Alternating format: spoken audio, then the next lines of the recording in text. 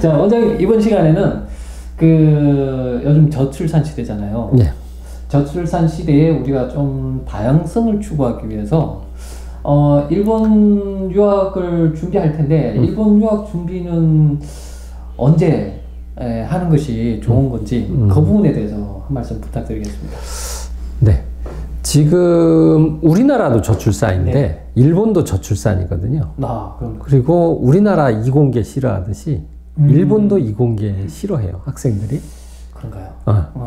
그렇기 때문에 지금 우리나라에 이공계 가려고 하는 학생도 적지만 네. 일본도 이공계 가려고 하는 학생들도 많이 적습니다. 네. 근데 이제 좋은 점은 일본의 이공계에서 조금 좋은 점은 들어가기 쉽다라는 부분이 조금 있어요. 실은 우리나라하고 좀 달리 최근 들어 제가 지인으로부터 들은 소식에 의하면은 네. 일본이 워낙 이공계에 입학하려는 학생들이 조금 적다 보니까 이공계에 유학생들이 들어가는 문이 네. 상당히 넓어졌다는 거죠. 그렇기 때문에 그게 대학이 조금 뭐랄까 좀 괜찮은 대학 네임밸류가 있는 대학들이 좀 문을 좀 많이 열어놨습니다. 그렇기 때문에 특히나 일본 같은 경우는 국립대학이 이공계에서는 역시 국립대가 단연 뭐 실력도 있고 파워도 있고요.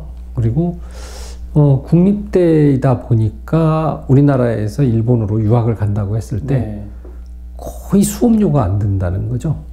그렇죠.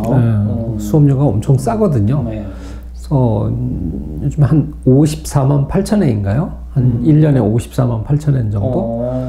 그러니까 학교마다 좀 다르긴 합니다만 대략 한 50 정도 생각을 하면 되거든요. 1년에 550 정도니까. 그리고 또 국립대 같은 경우는 기숙사가 굉장히 싸요. 뭐 3,000엔부터 시작해서 비싸면 11,000엔 월만 원이죠. 3만 원에서 11만 원 정도.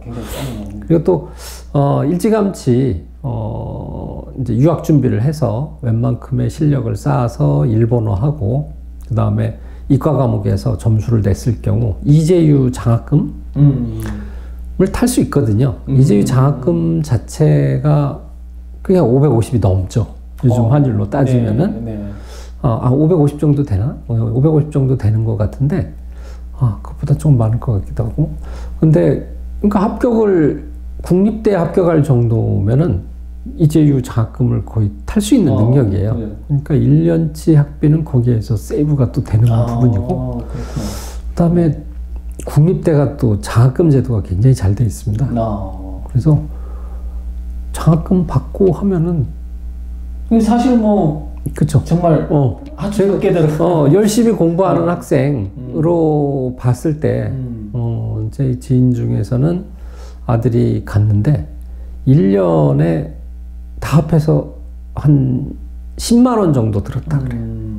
그러니까 이게 뻥이면 안 되거든요. 그렇죠. 근데 공부를 한 학생이라고 합니다. 그러니까 뭐 가서 놀면은 답 없어요.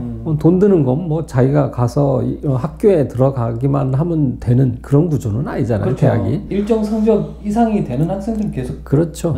그 다음에 본인이 들어가서 공부도 하고 열심히 했을 경우의 이야기지 절대 뭐 가면 뭐 다 막 무료고 막 이런 거는 그건 말도 안 되는 소리고요.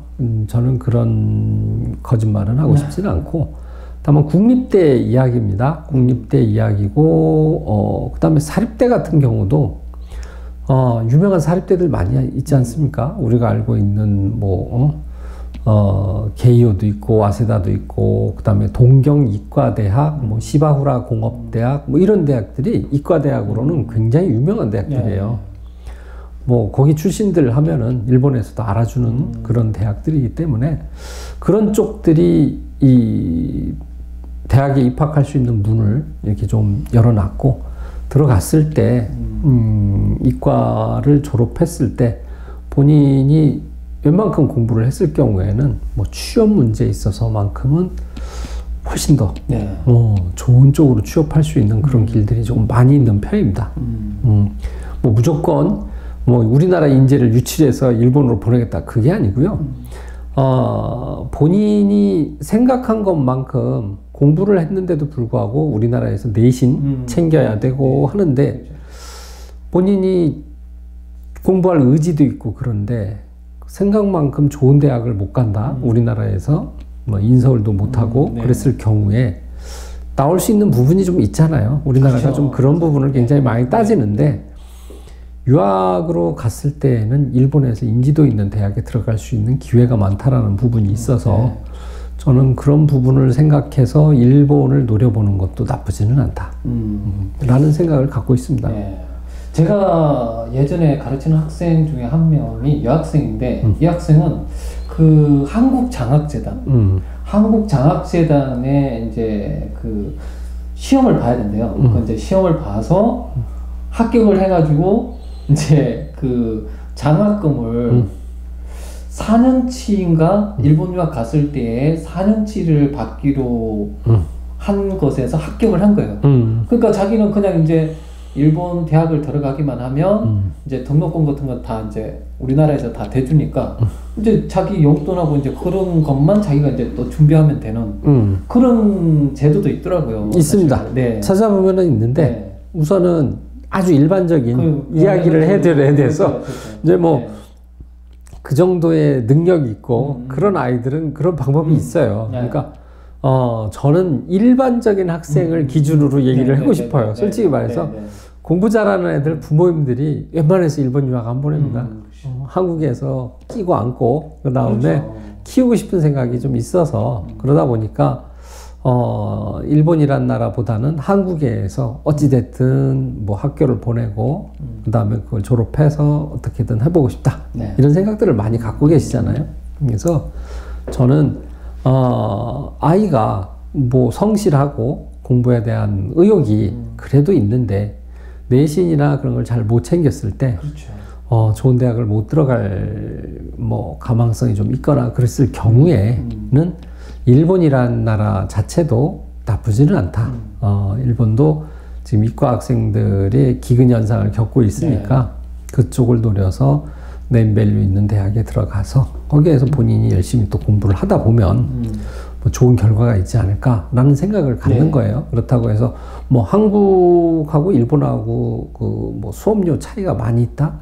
뭐 그런 건 아닌 것 같습니다. 제가 봤을 때 국립대를 노려보면 한국보다 훨씬 더 쌀 것 같고요. 사립대 같은 경우는 비슷하지 않을까. 다만 외국이란 곳이니까 일본도 외국이다 보니까 거기에서 생활하는 부분에 있어서 생활비가 조금 더 들 수 있는 부분은 있는데 그 부분도 본인이 뭐 아르바이트해서 웬만큼의 노력을 하면은 세이브 시킬 수 있는 부분도 좀 있다고 보니까 좀 그런 쪽에서 조금 아이를 조금 세상 밖으로 내보내서 공부시키는 건 어떨지.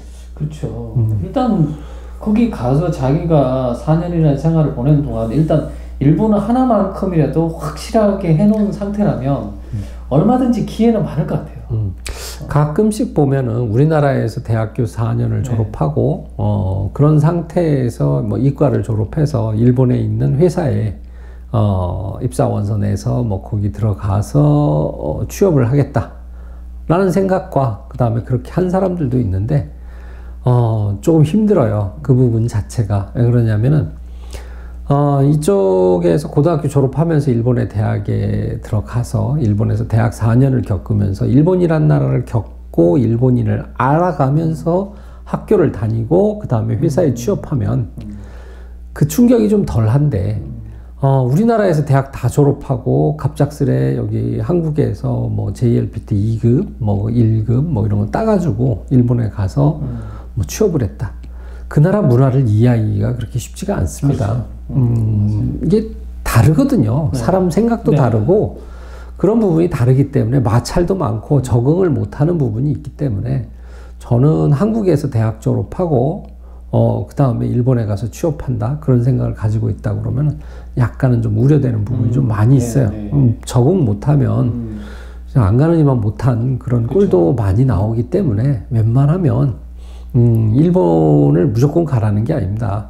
아이들 자체가 우선 적성에 맞아야 돼요. 네. 일본에 간다고 해서 뭐 진짜 꿀단지가 존재하는 것도 아니고, 실은 외국이란 나라에 가서 정착하고 거기에서 안정화 되려면 상당한 본인만의 노력도 많이 필요하고, 그 다음에 굉장히 힘들어요. 저는 힘들다고 봅니다. 본인이 가시밭길 찾아가는 거라고 봐요. 근데 가시밭길을 걷고 나면은 꽃길도 존재할 수가 있어요. 근데 꽃길 안에서만 놀면은 그게 가시밭인지 꽃인지도 구분도 안 되고, 가시밭길 안에서 계속 놀다가 가시밭에서 계속 살 수밖에 없는 경우도 많이 있거든요. 네. 그래서 일본이란 나라, 일본 말고도 다른 나라에 간다고 하더라도 아이들이 부모에 대한 그런 고마움을 느끼는 과정도 일본으로, 그 다음에 다른 나라로 보냈을 때, 유학 과정을 거쳤을 때 아이들이 공통적으로 느끼는 부분이에요.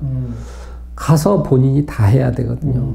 빨래, 밥, 자기 스케줄 관리에서부터 누가 잔소리도 할 사람도 없고 자기 혼자 다 해야 되는 그런 상황이다 보니까 상당히 힘들거든요. 그래서 아이들은 외국에 나가서 공부하고 그러면은 조금 강하게 큽니다. 옛날에는 좀 그런 부분이 좀 있었잖아요. 외국에 가가지고 하면 뭐 살고 그러면은 안 좋은 눈으로 바라본 사람들도 많이 있었어요. 근데 지금 뭐 우리나라라고 별거 있습니까? 제가 봤을 때는 그래요. 우리나라가 더 어떻게 보면 더 위험하지 않을까라는 부분이 조금 더 있을 정도로 노는 분야에 대해서는 우리나라가 단연히 1위입니다.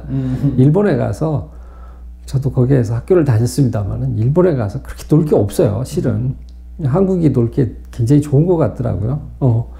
그만큼 일본이란 나라 자체가 그런 뭐 놀 수 있는 환경이 되질 않고 약간 좀 개인주의가 발달을 좀 많이 했다고는 하는데, 개인주의도 우리나라도 많이 발달을 했잖아요. 각자 옛날과 달리 좀 그렇죠, 많이 발달을 했는데, 남을 침범하지 않는 개인주의라고 보시면 돼요. 그렇게 생각하시는 게 좋고요. 한 나라의 특성을, 그 나라는 너무 개인주의다, 뭐 더치페이하고 뭐 이론도 나눠 쓴다, 뭐 이런 식으로 생각하는 걸 개인주의라고 생각하지 마시고요. 각자 사는 방식에 있어서 자기 틀 안에서 남에게 피해를 주지 않는 쪽으로 생각하는 개인주의가 일본에는 분명히 있습니다. 아, 그렇죠. 그게 또 사람마다 틀린데, 그게 더치페이 하는 것 자체가 또 좋은 사람이 있어요. 그것도 이제 뭐 싫어하는 사람도 있긴 하지만, 이게 각자 똑같이 나눠서 내면 부담을 덜 갖는 그런 경우도 있기 때문에 그걸 또 좋아하는 사람도 있기도 하고 뭐 싫어하는 사람도 있긴 한데 사람마다 틀리니까요. 그러니까 일본은 건조하다 이렇게 생각도 할 수 있고 그런 부분은 분명히 존재를 합니다. 근데 우리나라도 비슷할 것 같고요.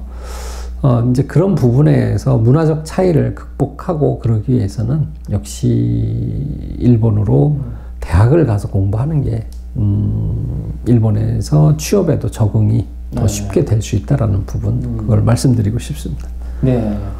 그리고 이게 지금 학생들이 이렇게 이제 저출산 시대니까 아무래도 이제 뭐 집에 자녀가 뭐 한 명 정도 있는 아이 같은 경우에는 오냐오냐 하지 말고 뭐 학교 내신이라든가 뭐 이런 게 잘 안 나왔을 때는 일본 유학이라는 것을 한번 관심 있게 들여다보시고 어떤지 한번 직접 보고, 그 다음에 자녀가 일본으로 갔을 때 이 아이가 정말 제대로 성장할 수 있는 건지 이런 것도 좀 판단을 잘 해보시는 것도 괜찮을 것 같아요. 저도 딸이 한 명 있습니다만 뭐 딸이 지금 유학 준비하고 있고요. 일본으로 유학 준비를 하고 있고, 그 다음에 제가 또 같이 저희 딸과 같이 배우고 있는 학생이 한 명 있는데, 그 학생은 이제 고3입니다만 그 학생도 외동딸이에요. 저도 외동딸인데 외동딸인데 과감하게 부모, 저도 과감합니다. 뭐 그쪽 부모님도 과감하고요. 진짜 금지옥엽이라고 하는데, 이렇게 바깥으로 이렇게 유학을 보내려고 하는 생각을 갖는 거는 어찌됐든 혼자 살아남는 법을 가르쳐 줘야 돼요. 그렇죠. 캥거루족이 될 수는 없다고 보거든요. 왜 그러냐면 어찌됐든 자기가 세상 밖에 나가서 세상 밖에서 살아남는 법을 스스로 극복하고 찾아내고 하는 걸 해야지 부모가 언제까지 안고 끼고 먹이고 그렇게 가르쳐 가지고는 나중에 캥거루족이 될 가망성이 조금 크거든요. 그래서 이쁜 자식일수록 더 바깥으로 내돌려서 조금 더 강하게 키울 수 있는 그런 기회를 한번 가져보시는 것도 나쁘지 않을 거라고 저는 생각을 합니다. 네. 그리고 지금 이제 그래서 이제 저출산 시대에 이제 뭐 일본 유학을 해보면 어떨까라는 것에 대해서 우리가 이제 얘기를 나눠봤습니다.